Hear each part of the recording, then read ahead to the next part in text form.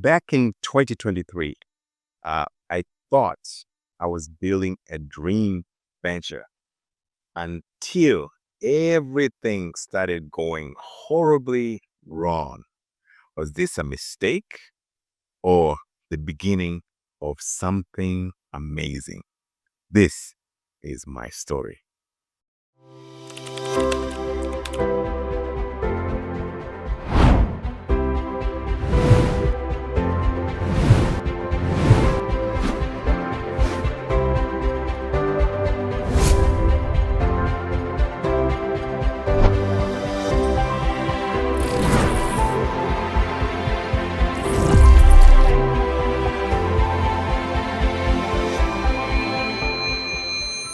I currently reside in the US, in Minnesota, and then I wanted to do something special back home, all the way 10,000 miles to Kenya, starting from a bare piece of land. So I bought this piece of land um, in the paradise of Kenya. I call it in the Malindi, in the Kilifi region, 42 miles from Malindi, small town called Balala. That's where it is.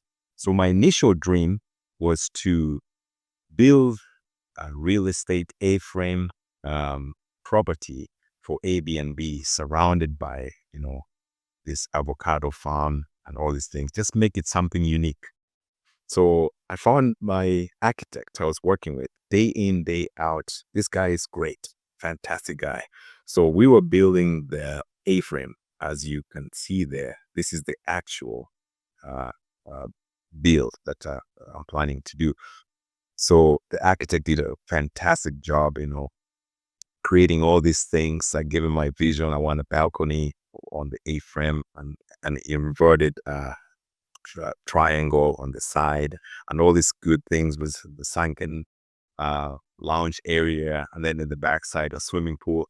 So it was I was like excited about this project, and then after that we submitted the drawings, the renderings and the drawings to a BOQ, bill of quantities. In Kenya, is a person that once the architect is done drawing and doing all these designs, you take it to this person where they interpret that into how much it will cost. So when I got the bill, oh my goodness, it was like a punch on the chest, it extinguished my dreams right on the spot. I was like, wow, this is a sticker shock, and so I decided, you know what, I'm just going to shelf this idea until much further down the road. So, but in the meantime, let me fence this 13 acres of land, put a gate on it. I have no neighbors. It's kind of in the middle of nowhere. So just fence it, put a gate, and then recollect, just regroup and see what I can do next. So I have a really awesome guy that was doing my fence. His name is David. You get to meet him. This guy is awesome, fantastic. He knows he can build anything. So one day I'm receiving a text message from David. It's like, David sent me the text like, Steve, man, I got a bad news for you. You're not going to like this. He said, somebody vandalized my fence again, not once, but it's the second time. I wanted to get my room with this one right here. But I was so angry. So I decided, you know what?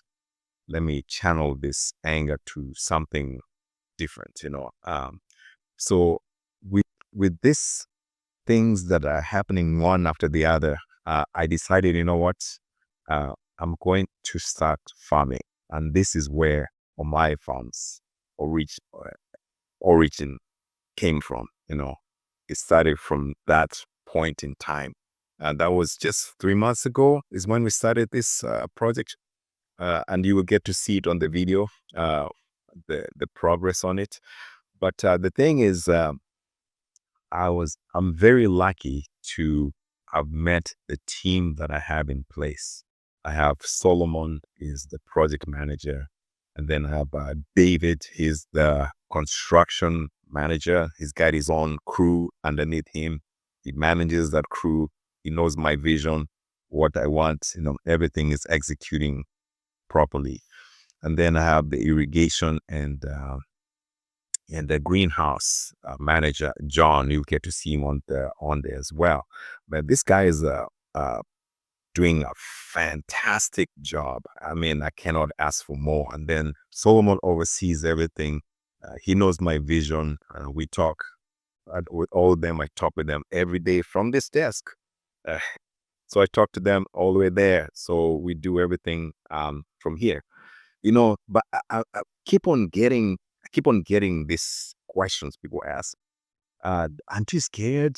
You're running the show all the way from here to 10,000 miles in Kenya. It doesn't make sense and all these things. I tell them, what? If you believe you can't do it, or if you believe you can do it, you're right. So if you believe you can't do it, you're right. If you believe you can do it, you're right also. So sometimes it's your mindset, getting strategies, things in place, processes, to mitigate the risks and all these things. Anything can happen. You can be an absentee farmer. Let me say that this is a controversial thing. Yes, you can be an absentee farmer and be successful. As you will see in the video, everything is going well. I got my managers self-managing. They see my vision, they execute my vision. They also bring the expertise, complement me where I cannot see, my blind spots, things that I don't know. They know. The construction folks, they know what they're doing. I trust them, and everything is going well if you have the right team. And mind you, I bought this land sight unseen. I've never stepped foot there yet. I will probably in the next couple months, but I will. But I trust my guys, even vendors coming through there. They tell me personally, hey, your farm looks great. Things are looking great. Folks independently coming and telling me, when they come to see the vendors that I send there to do other things, they compliment my guys, and I trust them. And I want you to watch my team describe on my farms, and then we'll get back.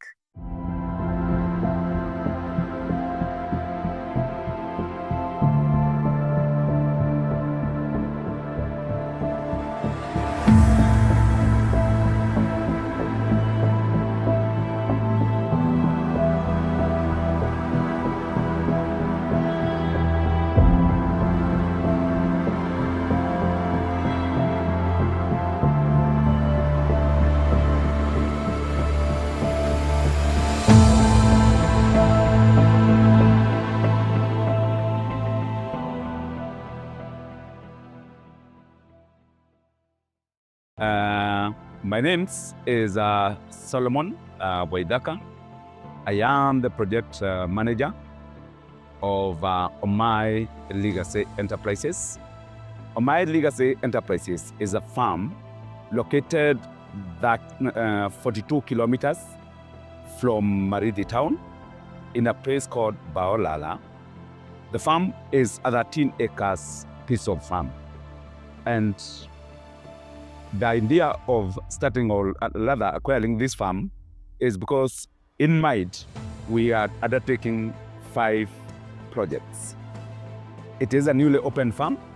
The thought behind is that we have to undertake 5 good projects. Behind me here, we started by constructing workers' residential apartments, which was completed because you cannot have employees without a place to stay. That was done and done into completion. And next, what is happening is also we are constructing a generator house. The generator house is because this place is a bit off from the national grid where we have electricity. So we want to install a generator over there that will be able to support one lighting and also any other possible energy supply in the farm. One of the main activities that we want to undertake in this farm is that up there, we already have about 4 acres that we have opened up. One project that we are undertaking is other herbs production. And there are 5 types of herbs that we are looking at. We have herb number 1 of a herb called rosemary. We have thyme. We have mint. We have flat leaf parsley. And we also have, where you can see the greenhouses. Inside there, we'll be growing a crop that is called basil. My name's John Mwanzia. I work at Omai Farm Limited. I work as technician for greenhouses and irrigation systems. Yes, you can see we have the greenhouse. Our greenhouse is measuring 8 meters by 30. It's a big greenhouse. As you can see, we have installed the drip lines. We have the beds already made. Our plan is to plant the basil crop for export, and we are targeting 25,000 seedlings per 1 greenhouse. We are in greenhouse number 3. Our greenhouse number 3 is propagation house. Here is where we are propagating our herb seedlings. Here I'm holding the tray, which is having 288 holes. As you can see, we have the media here. We normally use the cockpit. We don't use the soil. Our soils are very contaminated with the harmful pests like nematodes and cutworms. So we chose to use the earth planting media, which is the cockpit. That's what we use to propagate our seedlings. As you can see, we have the benches. The benches is where we normally place our trays so that seedlings have good ventilation and free from any contamination from the soil.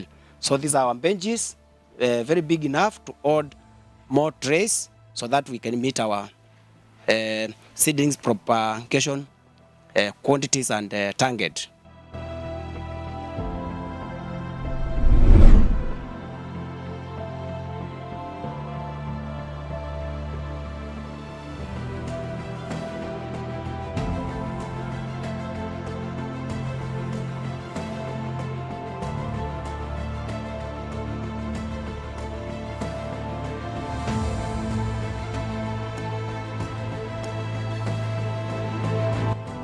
Behind me here, we have a setup where we'll have an initiate for goat clearing. That is also work under progress. So eventually you come back here, you'll be able to see our setup for the goats and also our 1 acre that is also under production for pasture production. That is our target, project that we are undertaking. The 4th one, where we are having this interview, we are going to set up a 4,000 layers poultry unit. We are having this construction starting tomorrow. So we are hoping within 1 month down the line, we should have a complete setup of 4,000 capacity layers production, where we'll be doing the brooding of 1-day-old chick here, straight up to X layers. So this will happen in this particular area where we are doing the interview. The last one is also, we are having an apiary setup that is for production of organic honey. Kwa majina ni David Mora. Mimi ni foreman wa hii project ya Omai Steve. Baada ya kujenga zile structures za kule juu, tukaja pande hii sasa, akasema ni lazima pia kuwe na structure ya bees ambayo wanaita apiary. Na kwa hii apiary tukaweka kile kipimo, tukaita wale watu ambao ni ma-experts wa bee. Nao tuko na hii structure ya apiary ambayo iko na uwezo wa kubeba mizinga 56. They are well spaced, wataweza kukaa vizuri. Sasa tunataka zifanywe colonization ndio tuziweke ndani ya hizo nyuki. Mine is structural. Hii apiary tumeijenga ikiwa ya kukaa siku mingi na miaka mingi. Ndio unaona tumeifanya kuwa waterproof kule chini. Seal the posts with polythenes. Then we have laid a foundation very strong with the strong posts na baadaye tukaweza kutengeneza kifaa ambacho ni cha aina hii. It can last as many years as possible. So because it is a long-term project which is aimed at bringing revenues all along for a long time, I think that is the reason why we made it with such reinforcements, ndio iweze kufikia kiwango chake na cha wale ambao wanaangalia mambo za nyuki. So with that, I think we are good to go, and possibly we are able to achieve that dream of our boss, Mr. Steve.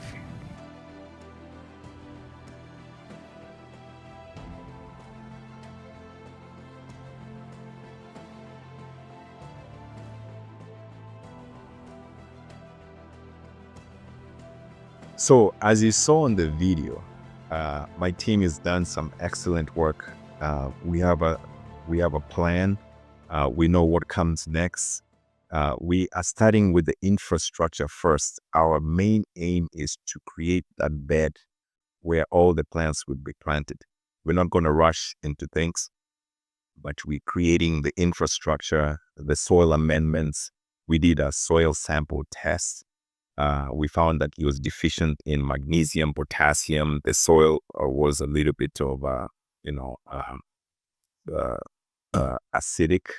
And they also recommended what we need to do to amend these issues, which we have done.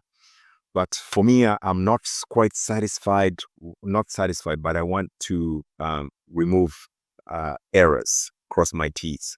And I've decided to do another sample test. But somebody asked me a very important question. He asked me, what did you learn from this venture? So far, what you're doing, what have you learned? I say this.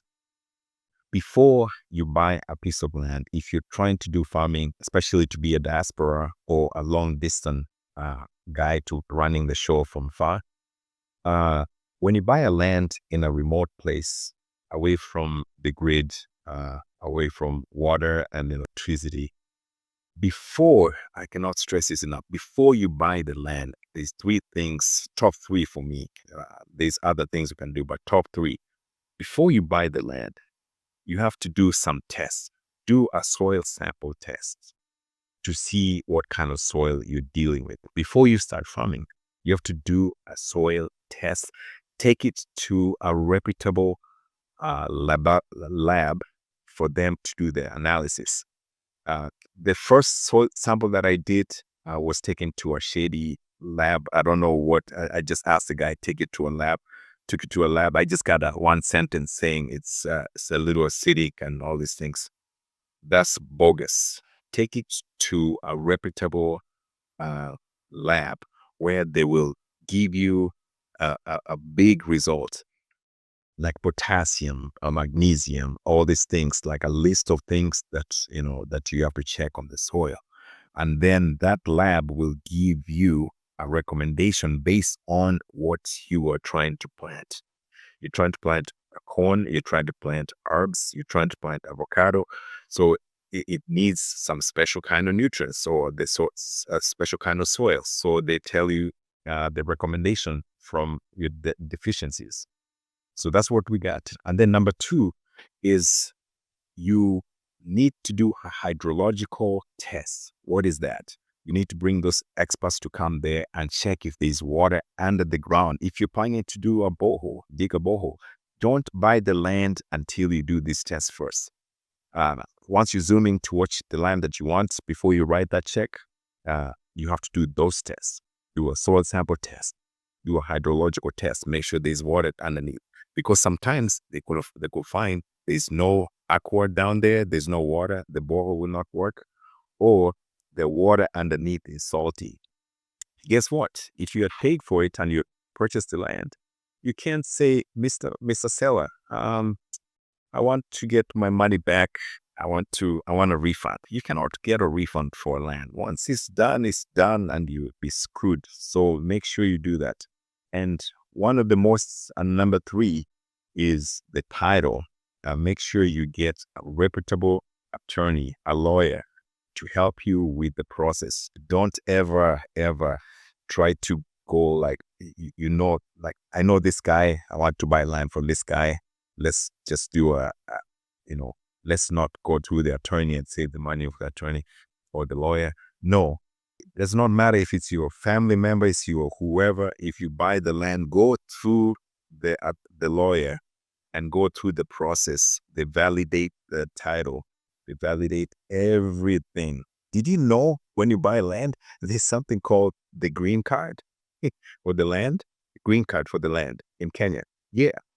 This is something that they check the grandfather title to make sure if your land was subdivided, they want to check the parents' title to make sure everything is connected, everything is matching.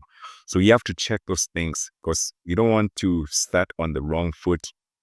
You have this dream of starting farming, and then all of a sudden you purchase the wrong land, no water underneath, or it's the wrong title. Somebody's coming and saying, "Oh, this is my land. I have another title here." Just gotta make sure these things are in place before you start the farming, and make sure you have a reputable team.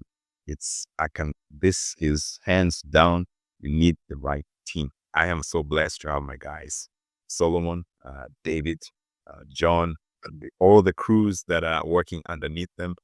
They've done a fabulous job. And click the subscribe button there because the next video we'll talk about either creating the team. We'll talk about the apiary that we're building. There's some big upcoming projects that we're doing that we didn't get to talk about it right here. We're also going to be talking about the process of digging a borehole, what they're looking for, and before they hand off, there's some procedures that you need to know so you don't get screwed with all these things. So that's going to be next. But this is the journey. The journey of the 1,000 miles have just begun. And this is our first step. Thank you for joining us in this journey. And we'll wait and we will hope that you see you in the next video. So thank you so much.